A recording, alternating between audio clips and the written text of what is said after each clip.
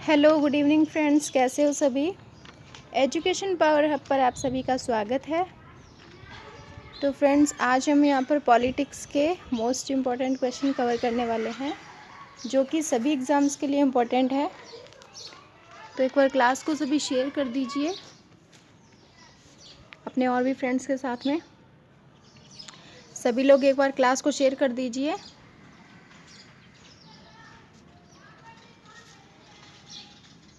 तो फ्रेंड्स, शुरू करते हैं।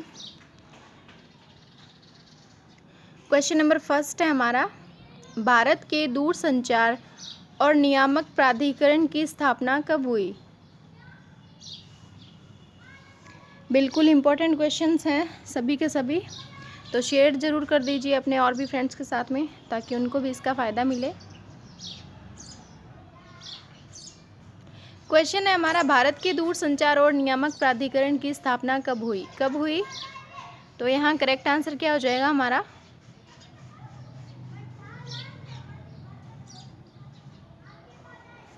बिल्कुल ऑप्शन नंबर सी जो है हमारा करेक्ट आंसर, यानी कि भारत के दूरसंचार और नियामक प्राधिकरण की स्थापना जो है वो 1997 को हुई और कानून संसद द्वारा हुई। याद रखेंगे आप सभी। नेक्स्ट क्वेश्चन नंबर 2, KPLT करबी पीपुल्स लिबरेशन टाइगर मुख्य रूप से किस प्रदेश में सक्रिय है।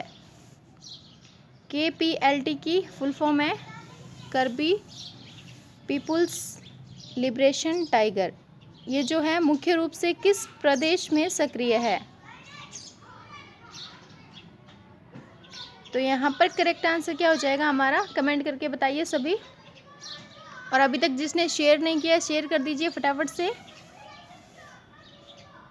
तो इसका करेक्ट आंसर क्या हो जाएगा,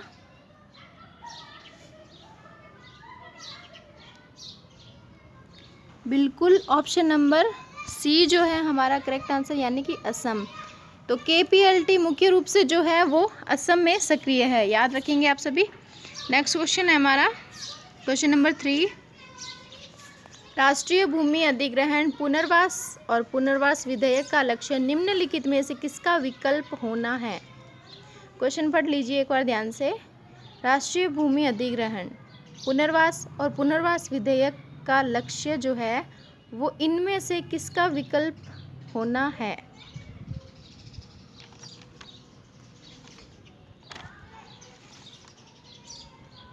तो यहाँ पर करेक्ट आंसर हमारा क्या हो जाएगा, ऑप्शन नंबर सी जो है हमारा करेक्ट आंसर है, यानी कि भूमि अधिग्रहण अधिनियम 1894। तो इसका आंसर क्या हो जाएगा, ऑप्शन नंबर सी, भूमि अधिग्रहण अधिनियम 1854 में। याद रख लेंगे आप सभी। नेक्स्ट क्वेश्चन है हमारा क्वेश्चन नंबर 4, यदि चुनाव के दौरान चुनाव प्रत्याशियों की संख्या 64 से अधिक हो जाए तो चुनाव आयोग क्या करेगा। बिल्कुल इम्पोर्टेंट क्वेश्चन है ये। तो सभी इसका आंसर बताइए, कौन सा ऑप्शन जो है यहाँ पर करेक्ट हो जाएगा। यदि चुनाव के दौरान चुनाव प्रत्याशियों की संख्या जो है वो 64 से अधिक हो जाए तो चुनाव आयोग क्या करेगा। तो क्या करेगा चुनाव आयोग, आंसर बताइए। बिल्कुल ऑप्शन नंबर सी जो है हमारा यहाँ पर करेक्ट आंसर है, यानी कि इस सीट पर चुनाव जो है EVM की जगह बैलेट बॉक्स से होंगे। EVM की फुल फॉर्म है इलेक्ट्रॉनिक वोटिंग मशीन, जिससे अभी चुनाव होते हैं। तो यदि चुनाव के दौरान चुनाव प्रत्याशी जो है उनकी संख्या 64 से अधिक हो जाए तो जो है चुनाव आयोग क्या करेगा, EVM की जगह किससे वोट होंगे, फिर बैलेट बॉक्स से। नेक्स्ट क्वेश्चन नंबर 5, EVM में अधिकतम कितने प्रत्याशी हो सकते हैं। तो 64 से ज़्यादा तो हो ही नहीं सकते। तो यहाँ पर करेक्ट आंसर क्या हो जाएगा, कितने हो सकते हैं, EVM में अधिकतम कितने प्रत्याशी हो सकते हैं। तो बिल्कुल करेक्ट आंसर हमारा दिख ही रहा है आपको, ऑप्शन नंबर डी, यानी कि 64 से ज़्यादा प्रत्याशी नहीं हो सकते ईवीएम में। 64, अधिकतम 64 ही हो सकते हैं, याद रखेंगे आप सभी। नेक्स्ट क्वेश्चन, क्वेश्चन नंबर 6, आमतौर पर चुनाव के नियमानुसार पोलिंग बूथ मतदाता के घर से अधिकतम कितना दूर हो सकता है। मोस्ट इम्पॉर्टेंट क्वेश्चन, अच्छा क्वेश्चन है। क्या पूछा है, आमतौर पर चुनाव आयोग के नियमानुसार, चुनाव आयोग के नियम के अनुसार पोलिंग बूथ जो है वो मतदाता के घर से अधिकतम कितना दूर हो सकता है।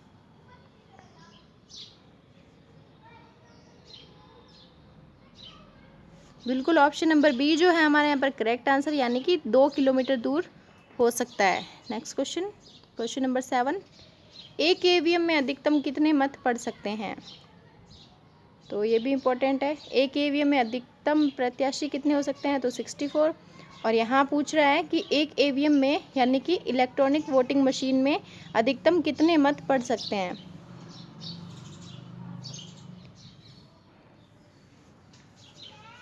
तो यहाँ पर करेक्ट आंसर हमारा क्या हो जाएगा, बिल्कुल ऑप्शन नंबर ए जो है करेक्ट आंसर है, यानी कि 3840, याद रखेंगे आप सभी। नेक्स्ट क्वेश्चन, क्वेश्चन नंबर 8, भारतीय संविधान के किस अनुच्छेद के तहत लोकसभा में अनुसूचित जातियों और जनजातियों के लिए आरक्षण दिया गया है। तो आपको वो अनुच्छेद बताना है, कौन सा अनुच्छेद है जिसमें लोकसभा में अनुसूचित जातियों और जनजातियों के लिए आरक्षण दिया गया है। तो यहाँ पर हमारा करेक्ट आंसर क्या हो जाएगा,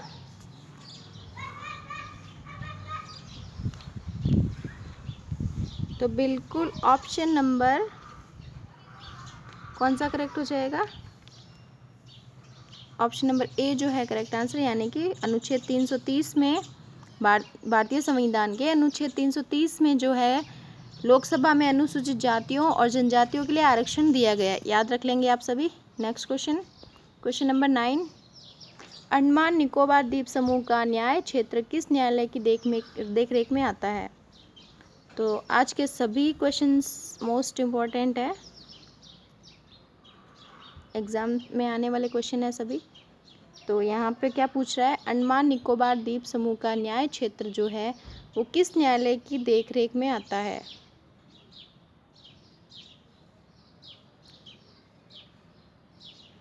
तो यहाँ पर करेक्ट आंसर क्या हो जाएगा, सभी कमेंट करके बताइए।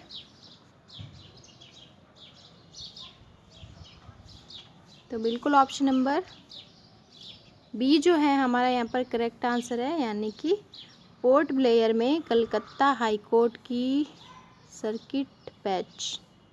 अंडमान निकोबार द्वीप समूह का न्याय क्षेत्र जो है वो पोर्ट ब्लेयर में कलकत्ता हाई कोर्ट की सर्किट बेंच में की देखरेख में आता है, याद रख लेंगे आप सभी। नेक्स्ट क्वेश्चन, क्वेश्चन नंबर 10, केंद्र शासित प्रदेश लक्षद्वीप के न्यायिक क्षेत्र का कार्य कौन सा न्यायालय करता है। लक्षद्वीप जो है केंद्र शासित प्रदेश, उसके न्यायिक क्षेत्र का कार्य कौन सा न्यायालय करता है इनमें से, तमिलनाडु, केरल, कलकत्ता या बॉम्बे। तो इसका करेक्ट आंसर क्या हो जाएगा,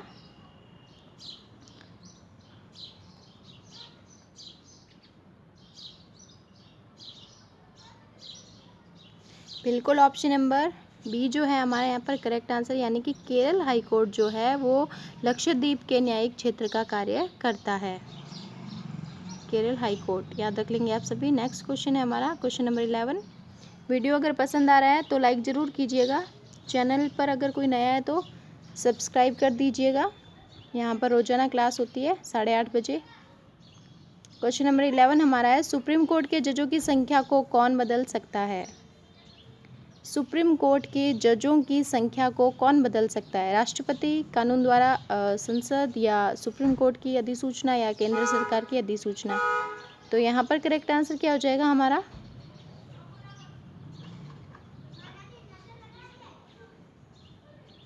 यहाँ पर करेक्ट आंसर कौन सा हो जाएगा, सुप्रीम कोर्ट के जजों की संख्या को जो है कौन बदल सकता है, बिल्कुल ऑप्शन नंबर बी जो है हमारे यहाँ पर करेक्ट आंसर, यानी कि कानून द्वारा संसद बदल सकती है सुप्रीम कोर्ट के जजों की संख्या को। नेक्स्ट क्वेश्चन है हमारा क्वेश्चन नंबर 12, सुप्रीम कोर्ट के मुख्य न्यायाधीश के रूप में कार्य करने के लिए व्यक्ति को उच्च न्यायालय में कम से कम कितने वर्ष तक कार्य करना चाहिए? क्वेश्चन देख लीजिए ध्यान से। सुप्रीम कोर्ट के मुख्य न्यायाधीश के रूप में कार्य करने के लिए व्यक्ति को उच्च न्यायालय में कम से कम कितने वर्ष कार्य करना चाहिए? तो सुप्रीम कोर्ट का जो न्यायाधीश बनेगा उसको उच्च न्यायालय में कम से कम कितने वर्ष तक कार्य करना चाहिए पहले? तो इसका करेक्ट आंसर क्या हो जाएगा?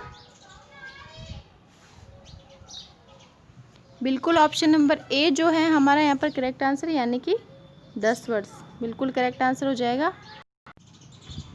नेक्स्ट क्वेश्चन है हमारा क्वेश्चन नंबर 13। दिल्ली को एनसीटी राष्ट्रीय राजधानी प्रदेश संविधान के किस संशोधन से बनाया? ये भी इम्पोर्टेंट क्वेश्चन है। दिल्ली को राष्ट्रीय राजधानी प्रदेश जो है कौन से संविधान के संशोधन से बनाया गया?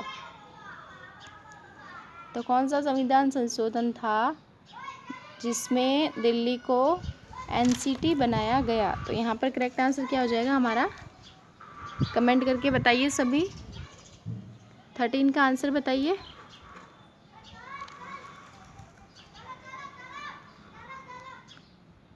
बिल्कुल ऑप्शन नंबर बी जो है हमारा यहाँ पर करेक्ट आंसर है, यानी कि 69वां संविधान संशोधन था, उसमें दिल्ली को जो है एनसीटी प्रदेश संविधान के संशोधन में बनाया गया। याद रख लेंगे आप सभी। नेक्स्ट क्वेश्चन है क्वेश्चन नंबर 14। भारत के 3 स्तरीय पंचायती प्रणाली कितनी जनसंख्या से ऊपर वाले राज्यों में है? क्वेश्चन देख लीजिए। भारत में 3 स्तरीय जो पंचायती प्रणाली है कितनी जनसंख्या के ऊपर वाले राज्यों में है? 3 स्तरीय पंचायती प्रणाली तो कितनी जनसंख्या से ऊपर वाले राज्यों में है? यहाँ पर करेक्ट आंसर क्या हो जाएगा हमारा? 15 लाख, 25 लाख, 20 लाख या 30 लाख से ऊपर वाले राज्यों में जनसंख्या वाले। तो यहाँ पर करेक्ट आंसर हो जाएगा हमारा ऑप्शन नंबर सी बिल्कुल करेक्ट आंसर है, यानी कि 20 लाख से जनसंख्या से ऊपर वाले राज्यों में जो है 3 स्तरीय प्रणाली पंचायती प्रणाली है। याद रख लेंगे आप सभी। Next question number 15। भारतीय संविधान की 6ठी अनुसूची किन 4 राज्यों में अनुसूचित क्षेत्रों और अनुसूचित जनजातियों के प्रशासन और नियंत्रण से संबंधित है? क्वेश्चन देख लीजिए एक बार दोबारा। भारतीय संविधान की 6ठी अनुसूची जो है वो किन 4 राज्यों में अनुसूचित क्षेत्रों और अनुसूचित जनजातियों के प्रशासन और नियंत्रण से संबंधित है? तो वो 4 राज्य कौन से हैं इनमें से?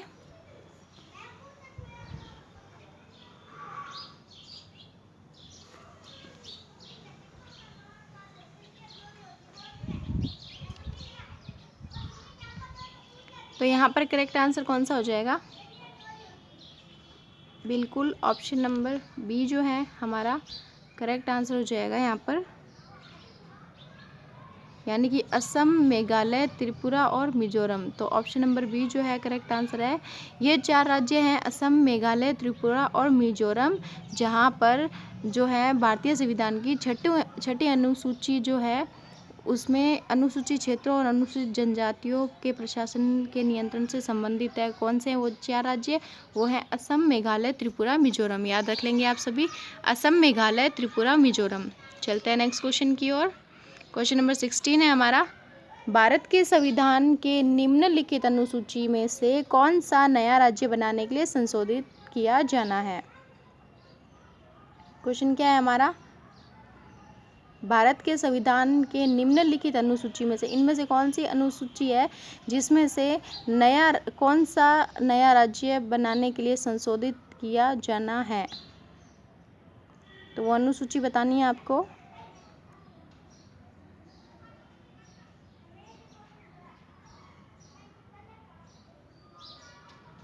यहाँ पर करेक्ट आंसर क्या हो जाएगा हमारा?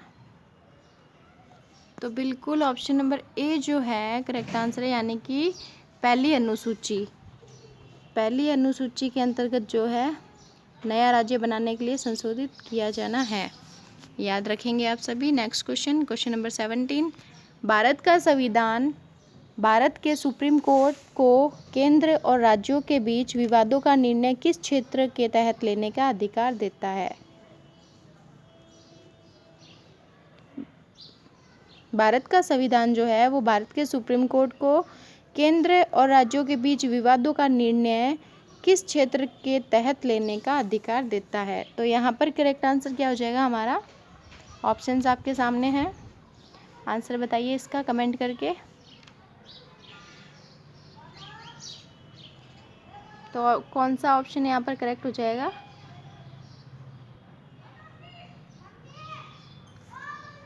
बिल्कुल ऑप्शन नंबर बी जो है हमारे यहाँ पर करेक्ट आंसर हो जाएगा, यानी कि वास्तविक न्यायाधिकार। वास्तविक न्यायाधिकार जो है केंद्र और राज्यों के बीच विवादों का निर्णय लेने के तहत अधिकार देता है। याद रखेंगे आप सभी। Next question, question number 19। निम्नलिखित में से संविधान का कौन सा भाग संशोधित नहीं किया जा सकता? Very very important question. इनमें से कौन सा भाग है जो संशोधित नहीं किया जा सकता? संविधान का कौन सा भाग है? तो प्रस्तावना है, या नीति निर्देशक सिद्धांत, या मौलिक अधिकार, या न्यायिक समीक्षा। तो सभी आंसर बताइए, इसका करेक्ट आंसर क्या होगा?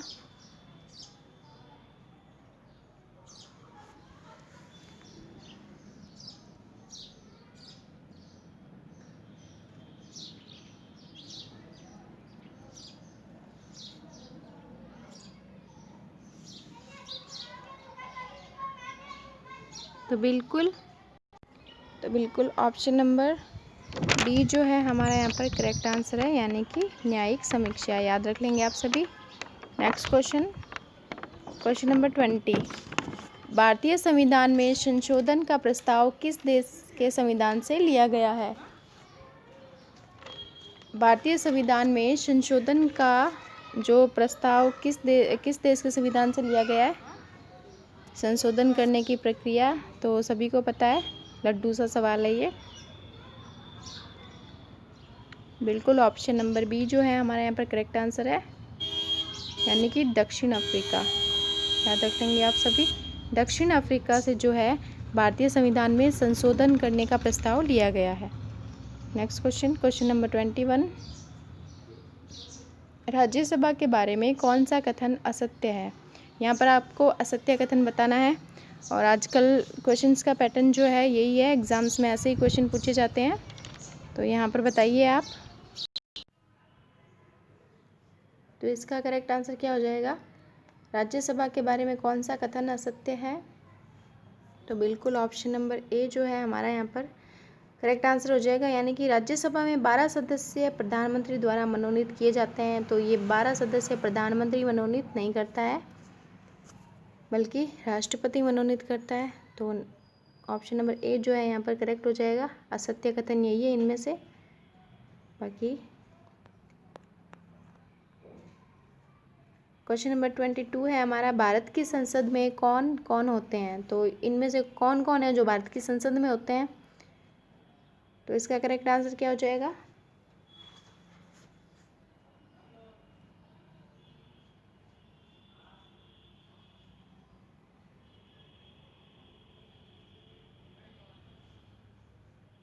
तो बिल्कुल सभी को पता है, लड्डू सा सवाल है ये। ऑप्शन नंबर डी जो है करेक्ट आंसर, यानी कि लोकसभा, राज्यसभा और राष्ट्रपति जो है भारत की संसद के सदस्य होते हैं। तो याद रख लेंगे आप सभी, लोकसभा, राज्यसभा और राष्ट्रपति। नेक्स्ट क्वेश्चन है हमारा क्वेश्चन नंबर 23। शिक्षा का अधिकार अधिनियम 2009 में गरीब बच्चों को 25% मुफ्त सीटों का आदेश दिया गया, जिसमें भारत के निम्नलिखित स्कूल हैं। तो 25% जो मुफ्त पढ़ने का कोटा दिया गया है, तो बच्चों को शिक्षा का अधिकार, RTE राइट टू एजुकेशन, शिक्षा का अधिकार अधिनियम 2009 में आया।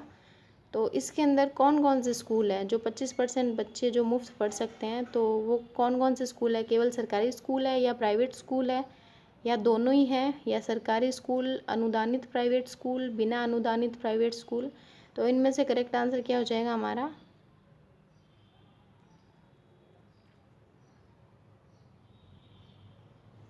तो ऑप्शन नंबर डी जो है हमारा यहाँ पर करेक्ट आंसर हो जाएगा, यानी कि सरकारी स्कूल, अनुदानित प्राइवेट स्कूल, बिना अनुदानित प्राइवेट स्कूल जो है इसमें शामिल है। याद रख लेंगे आप सभी। नेक्स्ट क्वेश्चन है हमारा क्वेश्चन नंबर 24। स्वर्ण सिंह समिति ने किसकी सलाह दी? तो इनमें से कौन सा है जो स्वर्ण सिंह समिति के सलाह पर किया गया? पंचायती राज में सुधार, भारतीय संविधान में मौलिक कर्तव्यों को शामिल करना, या हिमालय और प्रायद्वीपीय नदियों का अंतक्रिया। तो यहाँ पर करेक्ट आंसर क्या हो जाएगा हमारा?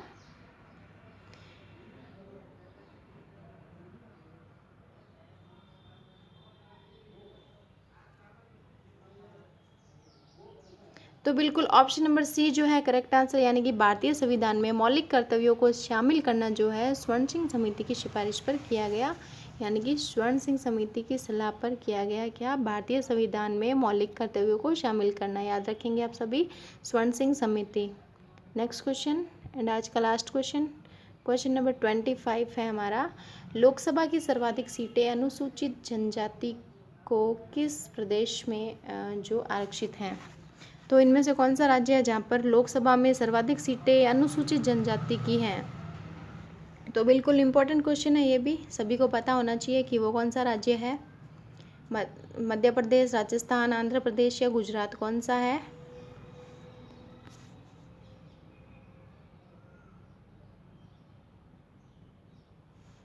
तो बिल्कुल ऑप्शन नंबर ए जो है हमारे यहाँ पर करेक्ट आंसर, यानी कि एमपी। मध्य प्रदेश में जो है सर्वाधिक सीटें लोकसभा की, याद रखिएगा, लोकसभा की सर्वाधिक सीटें जो है मध्य प्रदेश की अनुसूचित जनजाति को आरक्षित है। याद रख लेंगे आप सभी, मध्य प्रदेश।